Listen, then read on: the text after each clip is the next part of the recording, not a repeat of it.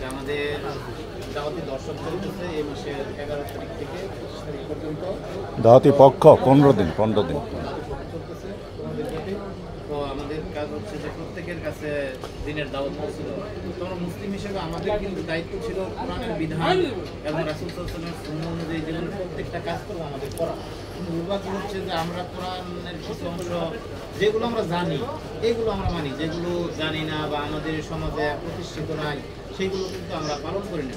একজন মানুষ হিসেবে দেখেন, কোরআনের আইন বাস্তবায়ন ছাড়া আমরা প্রত্যেকটা বিধান কিন্তু পরিপূর্ণভাবে পালন করতে পারবো না। আপনি ইচ্ছা করলেন, দেখা গেছে এখন বাড়ি থেকে বের হয়েছেন, রাস্তার মধ্যে দেখা গেছে একটা বেপরদা নারী আপনার চোখে ছবি করছে।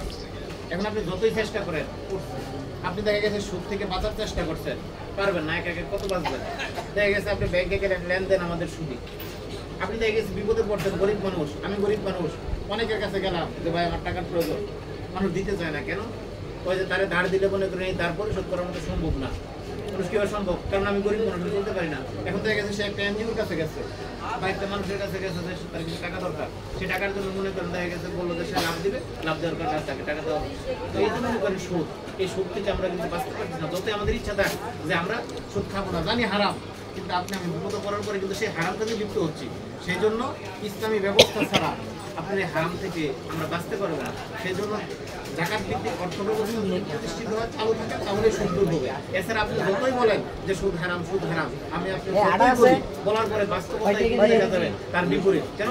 কারণ আমাদের সুদের বাহিরে যে জাকাত ভিত্তিক অর্থ ব্যবস্থা চালু না থাকার কারণে আপনার আমার বিপদের সময় টাকা কিন্তু পাবো না।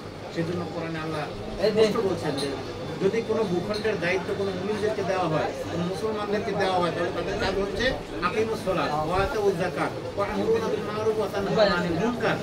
তারা চারটা কাজ করে মূলত প্রথম। এর একটা হচ্ছে তারা যাকাত 2 ঘন্টা বেশি ঘুরছি জামাত কায়েম করবে আর যাকাত চালু করবে। সৎ কাজের আদেশ দিবে, অসৎ কাজের নিষেধ করবে। আমাদের সমাজে অশ্লীল খারাপ কাজ হয়, তাহলে আমাদের দেশের মানুষ কাজ কাটার মধ্যে জায়গা গেলে এরা পোলাপান মানুষ তারা মারতে পারে, বিভিন্ন ধরনের সেই জন্য আমরা অন্যায় কাজের প্রতিরোধ করি না, বিরোধিতা করি না। আমরা হয়তো 4,000 টাকা এই করবো শেষ, এই ধরনের। কিন্তু আসলে কোরআনের বিধান ছিল যে আপনার 4টা কাজের আদেশ একটা মুমিন দিবে। সেটা হচ্ছে নামাজ কায়েমের, যাকাতের, আর হচ্ছে সৎ কাজের আদেশ আর অসৎ কাজের নিষেধ করবে, সরাসরি নিষেধ করবে, বাধা দিবে। তো সেই জন্য আমরা চাচ্ছি যে আমরা চাই যে সৎলোকের শাসন এবং আল্লাহর আইন, এই আল্লাহর আইন এবং সৎলোকের শাসনের মাধ্যমে এই সমাজটা সুন্দর একটি সমাজ প্রতিষ্ঠিত হোক, এই সমাজের প্রত্যেকটা মানুষ সুখে শান্তিতে বসবাস করুক এবং ইসলামের বিধানের প্রতিষ্ঠার মাধ্যমে, যেমন আল্লাহ রাসূল সাল্লাল্লাহু আলাইহি ওয়াসাল্লাম সেই মদিনায় একটি ইসলামী রাষ্ট্র প্রতিষ্ঠা করে সারা পৃথিবীতে একটা মডেল রাষ্ট্র গঠন করে গেছেন।